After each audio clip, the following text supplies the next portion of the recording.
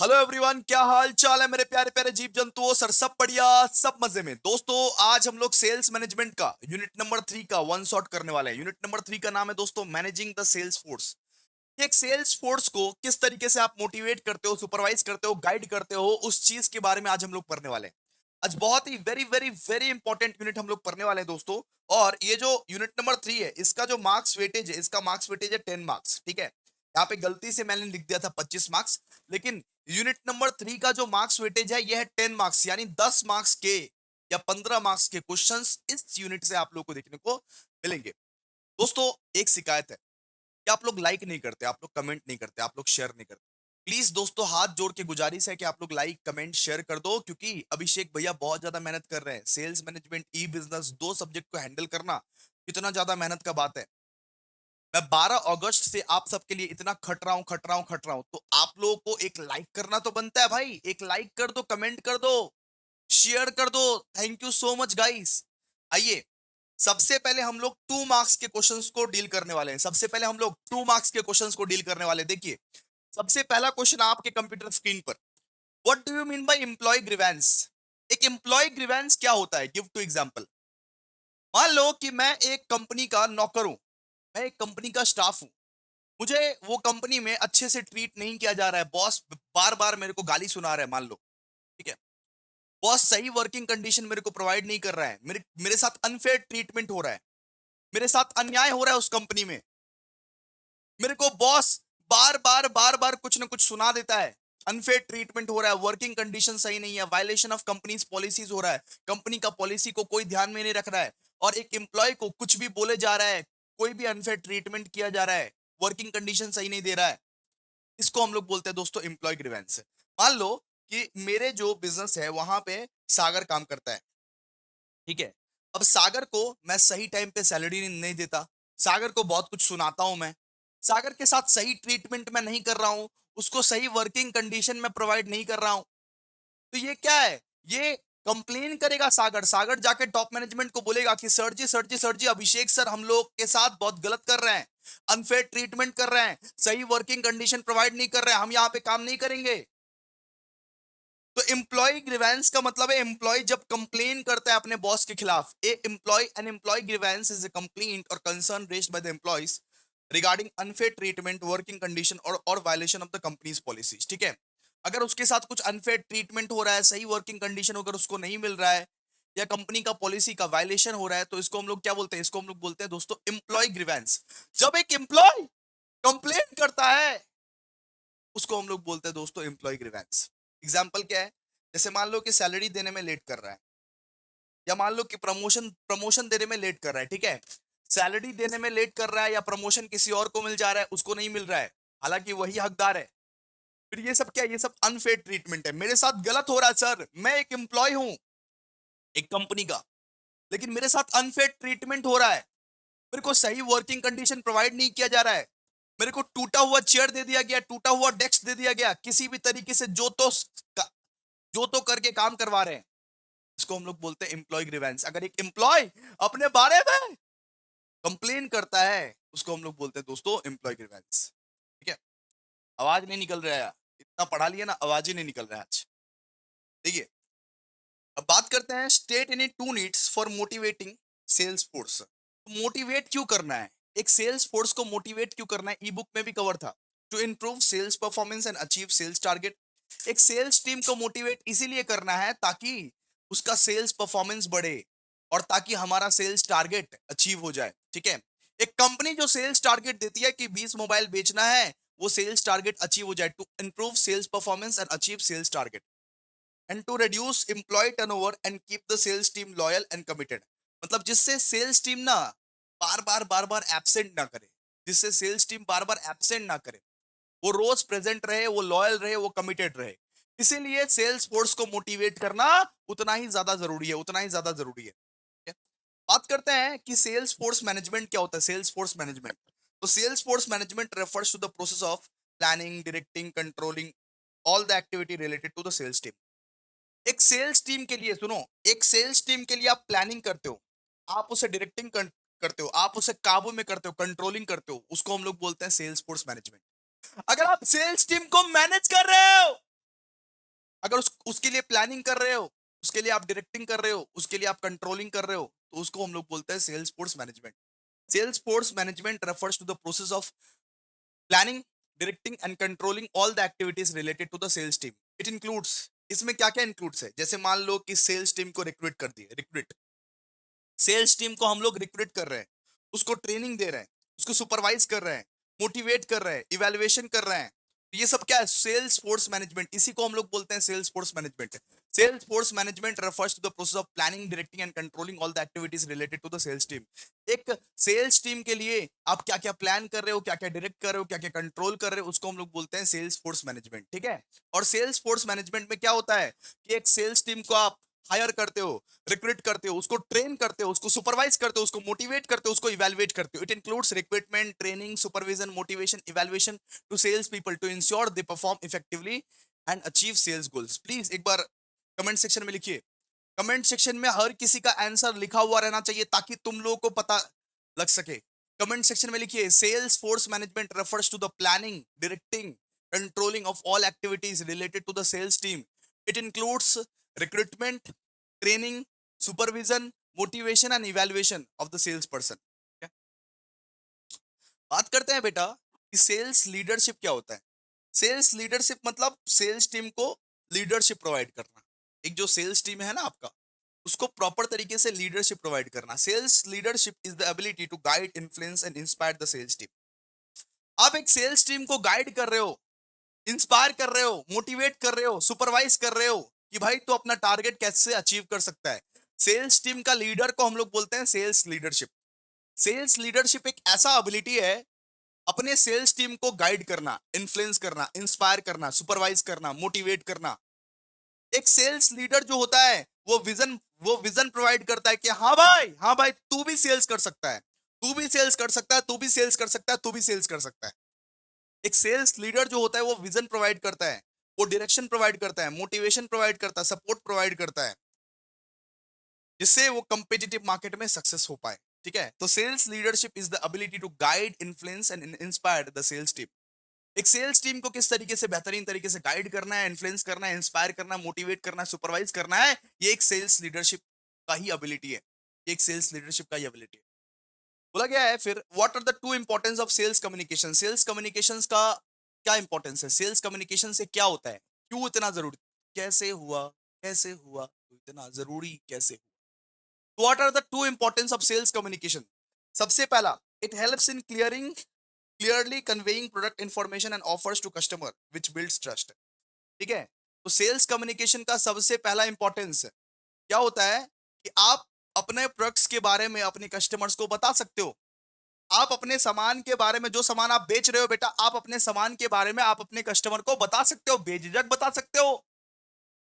आप अगर सेल कर रहे हो तो आपको कम्युनिकेट करना आना चाहिए, आपको बोलना आना चाहिए। अगर आपको बोलना नहीं आता तो आप सेल कैसे कर पाओगे। अगर आपको ये पेन बेचना है, अगर आपको बोलना ही नहीं आता तो आप कैसे सेल कर पाओगे, बोलने में आप हिचकते हो, कैसे सेल कर पाओगे।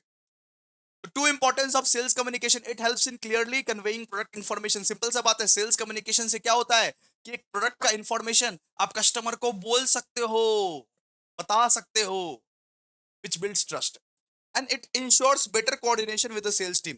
और एक कम्युनिकेशन के माध्यम से अपनी सेल्स टीम के साथ आप बहुत अच्छे से तालमेल बना सकते हो, हर किसी से बातचीत कर सकते हो। एक कम्युनिकेशन की वजह से अपने सेल्स टीम के साथ आप बेटर कोऑर्डिनेशन बना सकते हो दोस्तों, बेटर कोऑर्डिनेशन बना सकते हो। तो ये क्या है, two importance of the sales communication. सबसे पहला, आप अपना प्रोडक्ट का इंफॉर्मेशन अपने कस्टमर्स को दे सकते हो।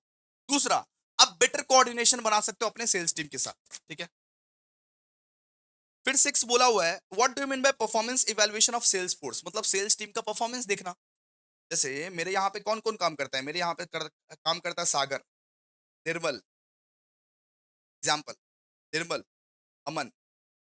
अब इन तीनों के मेरे को देखना है कि ये लोग कैसा परफॉर्म कर रहा है। ये सागर कैसा परफॉर्म कर रहा है, सागर कुछ काम कर भी रहा है कि नहीं कर रहा है, निर्मल कुछ काम कर भी रहा है कि नहीं कर रहा है, अमन कुछ काम कर भी रहा है कि नहीं कर रहा है, हमको देखना है।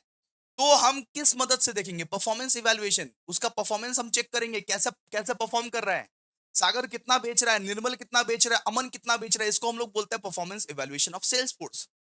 So performance evaluation of sales force refers to the process of measuring and assessing how well salespeople are performing their duties. मतलब परफॉर्मेंस इवैल्यूएशन का मतलब है जो सेल्स पीपल है तुम्हारे ऑर्गेनाइजेशन में, जो सेल्समैन है तुम्हारे ऑर्गेनाइजेशन में, वो कैसा परफॉर्म कर रहा है, वो ठीक से परफॉर्म कर रहा है या नहीं, वो सेल्स टारगेट पूरा कर रहा है या नहीं, ये कस्टमर का रिव्यू कैसा है, उसका बिहेवियर कैसा है, सब चेक करते हो जब, उसको बोलते हैं दोस्तों performance evaluation. So performance evaluation of sales force refers to the process of measuring and assigning how well the sales people are performing their duties. It includes checking their sales target, customer service and behavior to improve efficiency and reward performance. ठीक है. अब बात करते हैं state in two causes of employee grievance. Employee grievances का two causes क्या क्या है? सबसे पहले भैया अनफेयर ट्रीटमेंट ऑफ और ये डिस्क्रिमिनेशन. मतलब एम्प्लॉय कंप्लेन क्यों करता है, एक एम्प्लॉय कंप्लेन क्यों करता है? सबसे पहले उसके साथ अनफेयर ट्रीटमेंट हो रहा है भाई, डिस्क्रिमिनेशन हो रहा है, किसी और को प्रमोशन मिल जा रहा है, किसी और लड़की को प्रमोशन मिल जा रहा है या किसी और को भी प्रमोशन मिल जा रहा है, वो कैपेबल है उसको नहीं मिल रहा है. ठीक है, मान लो कि किसी और को प्रमोशन मिल जा रहा है, उसका ट्रांसफर कहीं और भी करवा दिया जा रहा है, उसका वर्कलोड बहुत ज्यादा हो जा रहा है. ठीक है, और पुअर वर्किंग कंडीशंस के लिए, ठीक है, उसको फैसिलिटीज उतना नहीं मिल रहा है काम करने के लिए, इसीलिए एम्प्लॉय लोग कंप्लेन करता है कि हमको उतना फैसिलिटीज नहीं मिल रहा है, हमको उतना फैसिलिटीज नहीं मिल रहा है. ये 2 मार्क्स का क्वेश्चन हम लोग का कंप्लीट हो गया. क्या क्या पढ़े? What do you mean by employee grievance? State in two needs of the motivating sales force, define sales force management. What do you mean by sales leadership? What are the two importance of sales communications? What do you mean by the performance evaluation of sales force and state in two causes of employee grievance. आइए अब बात करते हैं कि discuss the procedure of handling employ grievance. कि अगर एक employ complain कर रहा है, अगर एक नौकर कंप्लेन कर रहा है, तो उसको किस तरीके से आप हैंडल कर सकते हो? अगर एक एम्प्लॉय कंप्लेन कर रहा है तो उसको तो किस तरीके से हैंडल कर सकता है, क्या क्या स्टेप्स है, उसको तो किस तरीके से हैंडल कर सकता है? सबसे पहला स्टेप है acknowledgement of grievance. The supervisor और manager must listen to the employees complaint seriously and note it down clearly. एक मैनेजर का ये फर्ज है, एक सुपरवाइजर का ये फर्ज है कि जो उसका एम्प्लॉय कंप्लेन कर रहा है उसको नोट करे. एक मैनेजर का या एक सुपरवाइजर का ये फर्ज है कि जो एम्प्लॉय कंप्लेन कर रहा है उसको वो नोट करे, उसको सीरियसली नोट करे, हंसी मजाक में ना उड़ाए. एक्नॉलेजमेंट ऑफ ग्रीवेंस कि जो कंप्लेन कर रहा है वो सुनो, मेरी बातों को सुनो, नोट करो. सबसे पहले होता है एक्नॉलेजमेंट ऑफ ग्रीवेंस. फिर क्या होता है? सॉरी, फिर क्या होता है? फिर होता है बेटा इन्वेस्टिगेशन. फिर इंक्वायरी बैठती है, फिर इन्वेस्टिगेशन होती है, क्या ये एम्प्लॉय जो बोल रहा है वो सही बोल रहा है, क्या इसको सही सही में वर्किंग कंडीशन नहीं मिल रही है. फिर इन्वेस्टिगेशन होता है. ए डिटेल्ड इंक्वायरी और investigation is conducted to understand the cause and gather all facts related to the grievance. फिर डिस्कशन होता है, उसी रिलेटेड डिस्कशन होता है, हियरिंग होता है. A meeting is held with the employee and related parties to discuss the issue and give everyone a chance to present their views. फिर उसी मैटर पर डिस्कशन होता है, उसी मैटर पर हेयरिंग होता है और हर एक जन को मौका मिलता है कि तुम लोग अपना राय बताओ. ठीक है. फिर यहां पे होता है decision making. After reviewing all information, the management और grievance committee it decides on the solutions based on company's policies and fairness. उसके बाद क्या होता है? उसके बाद ये कंपनी जो है ना वो डिसाइड करती है क्या करना, क्या है करना क्या है. एम्प्लॉय कंप्लेन कर दिया, उसको हम नोट भी कर दिए, इन्वेस्टिगेट भी कर दिए, डिस्कशन एंड हेयरिंग भी कर दिए. उसके बाद अब क्या होता है? अब डिसीजन मेकिंग होता है, डिसीजन मेकिंग. अब वो कमिटी डिसीजन लेती है, सॉल्यूशन निकालती है. और फिर होता है follow up. Management should check whether the grievance has been properly resolved or not. वो जो मैनेजर रहता है वो चेक करता है कि वो जो ग्रीवेंस है वो सॉल्व हुआ या नहीं हुआ. इसको आप पहले लिख दीजिएगा. इसके बाद ये सब स्टेप्स को लिखिएगा. सबसे पहले क्या होता है? सबसे पहले एक एम्प्लॉय का जो कंप्लेंट है उसको सुना जाता है, उसको एक्नॉलेज किया जाता है, उसको लिखा जाता है. तो सुपरवाइजर और मैनेजर क्या करता है? सबसे पहले एक्नॉलेजमेंट ऑफ ग्रीवेंस. उसके बाद इन्वेस्टिगेशन बैठती है, इंक्वायरी और इन्वेस्टिगेशन होती है. उसके बाद डिस्कशन एंड हियरिंग होती है हर किसी के साथ, हर किसी से राय मांगा जाता है. उसके बाद फाइनल डिसीजन मेकिंग होता है, फाइनल डिसीजन मेकिंग. और उसके बाद फॉलो अप होता है. मैनेजमेंट ये जाके चेक करता है कि जो डिसीजन लिया गया था, जो सोल्यूशन लिया गया था, उसको अडॉप्ट भी कर रहे हैं कि नहीं कर रहे हैं. ठीक है, बस हो गया. अब देखिए, अब बात करेंगे कि discuss the different methods of motivating sales force. तो एक सेल्स फोर्स को, एक सेल्स टीम को किस तरीके से आप मोटिवेट कर सकते हो, एक सेल्स टीम को किस तरीके से मोटिवेट कर सकते हो? सबसे पहले उसको पैसा दो, फाइनेंशियल इंसेंटिव। एक सेल्स टीम को अगर पैसा का लोभ दिखाओगे, माया दिखाओगे, तो वो ऐसे ही मोटिवेट हो जाएगा। पैसा सबसे बड़ा मोटिवेशन है। Vitamin M is the biggest motivation. अगर मेरे को कोई पैसा दे तो मैं 12 घंटा क्या 24 घंटा काम काम कर लूंगा, वैसा मोटिवेशन होता है। तो अगर एक एम्प्लॉय को पैसा दो, अगर एक एम्प्लॉय को बोनस, कमीशन, सैलरी हाइक्स का लोभ दो, माया दो, तो वो लोग काम करेगा ही करेगा। तो सबसे पहला इंसेंटिव होता है दोस्तों financial incentive, offering bonus, commission, salary hikes and performance based reward to boost sales effort. ठीक है। दूसरा होता है रिकॉग्निशन एंड रिवॉर्ड। अप्रिशिएट करो, जो लोग टॉप परफॉर्मर है ना, उसको अप्रिशिएट करो, ऑफिस में बुला के उसके लिए तालियां बजवाओ, वाओ बहुत अच्छे से परफॉर्म किया आप। अप्रिशिएट करो। उसको रिकॉग्निशन मिलेगा ना, तो उसको अपने आप पर प्राउड फील होगा कि हम कितना अच्छा काम कर रहे हैं। ठीक है। तो methods of motivating sales force, एक सेल्स टीम को किस तरीके से मोटिवेट किया जाता है? सबसे पहले तो भैया फाइनेंशियल इंसेंटिव, बोनस दो उसको, कमीशन दो, सैलरी हाइक करो। दूसरा रिकॉग्निशन एंड रिवॉर्ड, उसको वो रिकॉग्निशन प्रोवाइड करो जिसका वो हकदार है। सबके सामने बुला के उसको अप्रिशिएट करो, वाओ आप आपने तो बहुत अच्छा सेल किया है। फिर उसको करियर ग्रोथ अपॉर्चुनिटी दो। So providing promotion path, training and development program, उसको प्रमोशन का रास्ता दिखाओ, उसको ट्रेनिंग दो, उसको डेवलपमेंट प्रोग्राम्स दो। वर्क एनवायरनमेंट, उसका जो वर्क एनवायरनमेंट है वो positive and supportive work place होना चाहिए। इतना कुछ करने के बाद भी उसका वर्किंग कंडीशन अगर सही नहीं रहा तो फिर गलत हो जाएगा। उसका वर्किंग कंडीशंस जो है, वर्किंग एरियाज जो है वो अच्छा होना चाहिए, अच्छा होना चाहिए। और goal setting and feedback, setting clear sales target and giving regular feedback help employees stay focused and improve their performance। ठीक है, ये सब आप पढ़ लेना नॉर्मली कि methods of motivating sales force, कि कैसे कैसे आप मोटिवेट कर सकते हो सेल्स फोर्स को। Financial incentive, recognition and rewards, career growth opportunities, work environment, सही वर्क एनवायरनमेंट अपने एम्प्लॉयज को दो, तभी तो वो अच्छे काम करेंगे। और गोल सेटिंग एंड फीडबैक, हर एक एम्प्लॉय के लिए एक गोल सेट कर दो। जैसे मैंने सागर को बोला कि तू 20 पेन बेचेगा, निर्मल को बोला कि तू 50 पेन बेचेगा। हर एक एम्प्लॉयज के लिए मैं क्या किया, गोल सेट कर दिया और फीडबैक मांग रहा हूं, रेगुलरली फीडबैक मांग रहा हूं। हो गया। अच्छा, अब बात करते हैं what are the essential characteristics of an effective sales leadership. एक इफेक्टिव सेल्स लीडर, एक सेल्स लीडर का क्या क्या कैरेक्टरिस्टिक्स रहता है, एक सेल्स लीडर का क्या क्या कैरेक्टरिस्टिक्स रहता है? तो एक सेल्स लीडर रहता है, उसका क्या क्या कैरेक्टरिस्टिक्स रहता है? उसके अंदर बेटा क्लियर विजन रहता है and goal setting. A good sales leader sets clear, realistic and achievable goals। वो एक ऐसा गोल क्लियर, वो एक ऐसा गोल क्रिएट करता है जो कि क्लियर हो, रियलिस्टिक हो। ठीक है। इफ एक इफेक्टिव, एक इफेक्टिव सेल्स लीडर क्या करता है? Clear vision and goal set करता है। क्लियर विजन से गोल्स गोल सेट करता है। ठीक है। उसका जो गोल्स रहता है वो क्लियर रहता है, रियलिस्टिक रहता है, अचीवेबल गोल्स रहता है। ठीक है। एक अच्छा लीडर जो रहता है उसका स्ट्रॉन्ग कम्युनिकेशन स्किल्स रहता है, उसका स्ट्रॉन्ग कम्युनिकेशन स्किल्स, बहुत अच्छे से वो बात करता है, बात करने में वो एक्सपर्ट है। The leader should be able to clearly convey expectations, feedback and motivation to the team, जो अपने टीम को समझा पाए।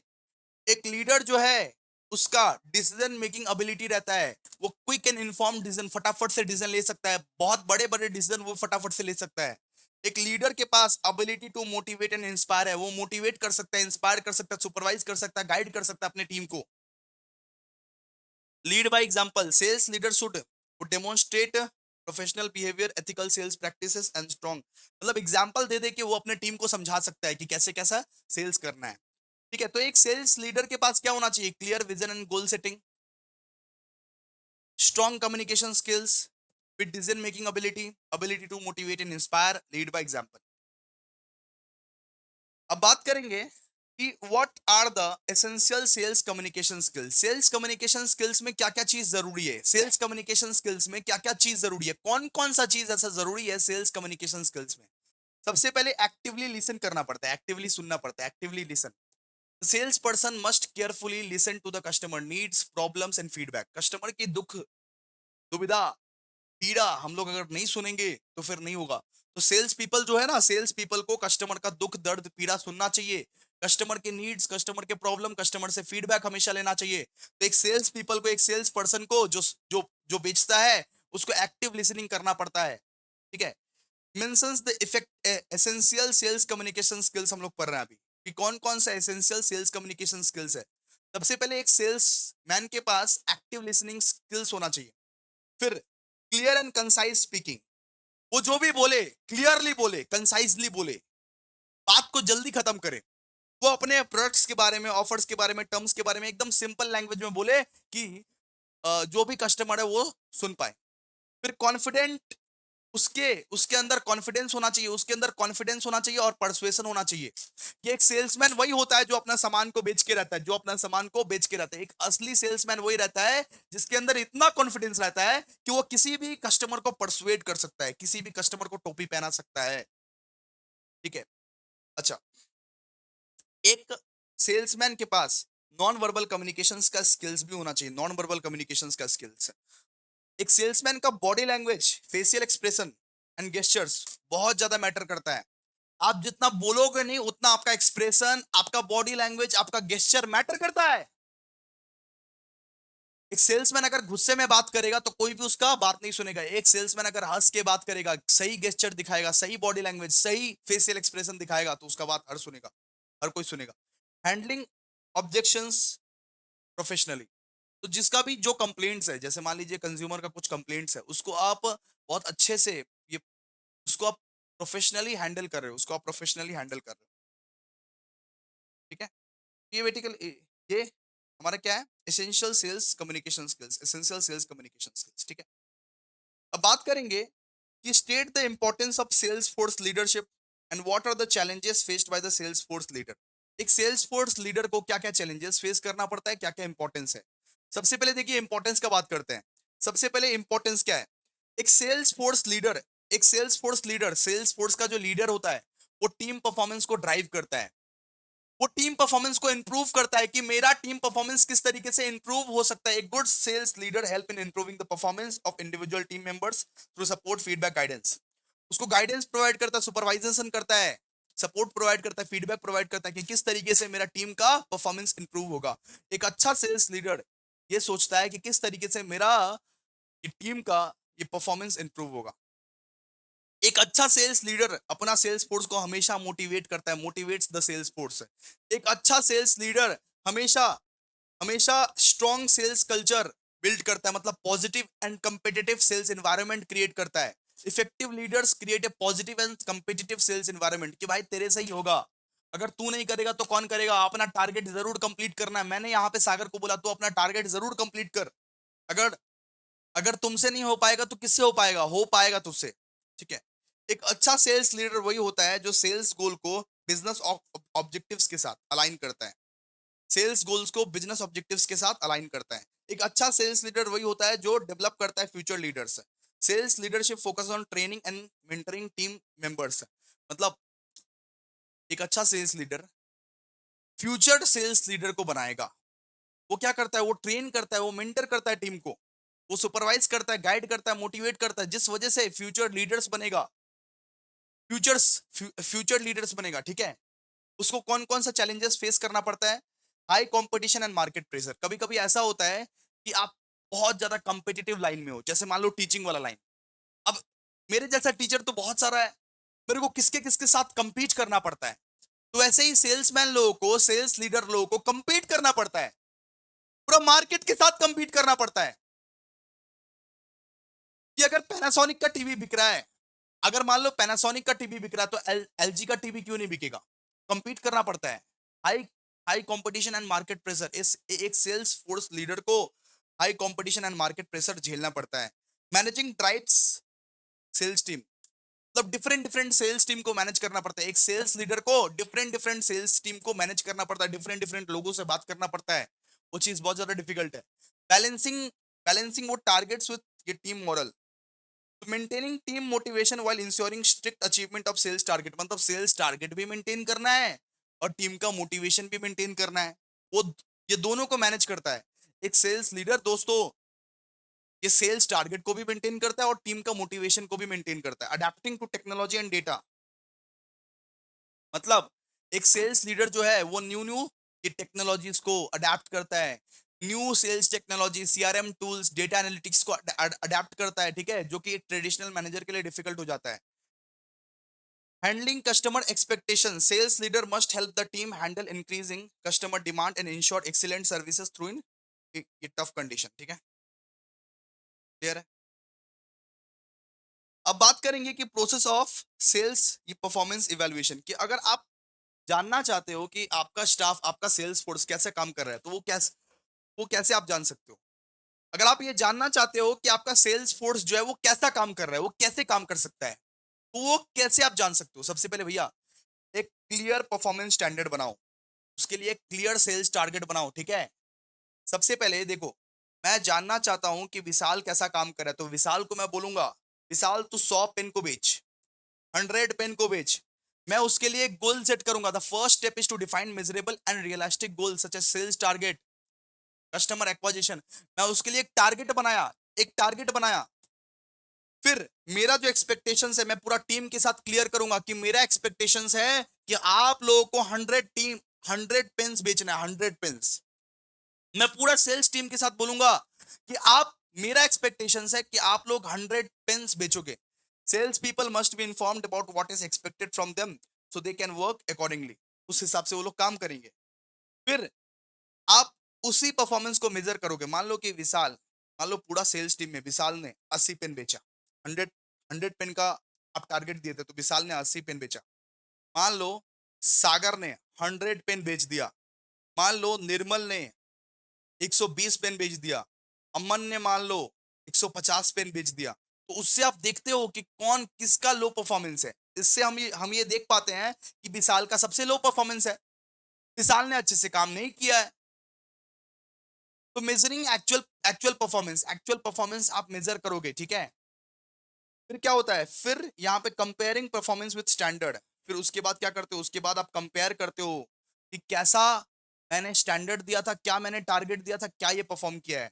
मैंने टारगेट दिया था 100, लेकिन विशाल ने किया 80, क्यों 80 किया है वो। मैंने टारगेट दिया था 100 का बेचने का, लेकिन विशाल ने 80 पेंस बेचा है, यानी 20 शॉर्टेज है, ठीक है। And providing feedback and taking action. इसके बाद फीडबैक हम प्रोवाइड करेंगे और एक्शन लेंगे उसके ऊपर। या तो उसको काम से निकालेंगे, या तो उसको समझाएंगे, या तो उसको प्रॉपर ट्रेनिंग देंगे हम लोग। इंप्रूवमेंट, रिवॉर्ड्स, ट्रेनिंग, सब कुछ जिस हिसाब से मेरे को एक्शन लेना होगा उस हिसाब से हम एक्शन लेंगे। तो प्रोसेस ऑफ सेल्स फोर्स, ठीक है, प्रोसेस ऑफ सेल्स फोर्स ये परफॉर्मेंस इवैल्यूएशन। सबसे पहले एक क्लियर परफॉर्मेंस स्टैंडर्ड हम सेट करेंगे कि सबको इस ऑर्गेनाइजेशन में 100 पेन बेचना है। उसके बाद अपना एक्सपेक्टेशंस हम क्लियर करेंगे, कम्युनिकेट करेंगे। उसके बाद एक्चुअल परफॉर्मेंस के साथ मेजर करेंगे। उसके बाद कंपेयर करेंगे एक्चुअल परफॉर्मेंस विद स्टैंडर्ड के साथ एंड फीडबैक लेंगे, बेसिकली इतना। और फिर बात करेंगे कि टेक्निक्स फॉर ये performance evaluation of sales force, क्या क्या टेक्निक्स है, कैसे कैसे आप ये परफॉर्मेंस इवैल्यूएशन कर सकते हो, किस तरीके से आप ये परफॉर्मेंस इवैल्यूएशन कर सकते हो। एक परफॉर्मेंस इवैल्यूएशन अगर आप करना चाहते हो तो कैसे आप कर सकते हो। सबसे पहले sales quota achievement, evaluating how much of the assigned sales quota और target have been achieved by each sales people. मतलब हम बेसिकली सबसे पहले तो भैया टारगेट देख सकते हैं कि कौन कितना सेल्स टारगेट कंप्लीट किया, कौन कितना सेल्स टारगेट कंप्लीट किया, उस हिसाब से हम देख सकते हैं। इसको हम बोलते हैं सेल्स कोटा अचीवमेंट।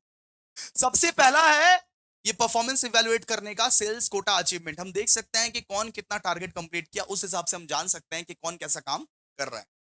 फिर दूसरा है कस्टमर फीडबैक।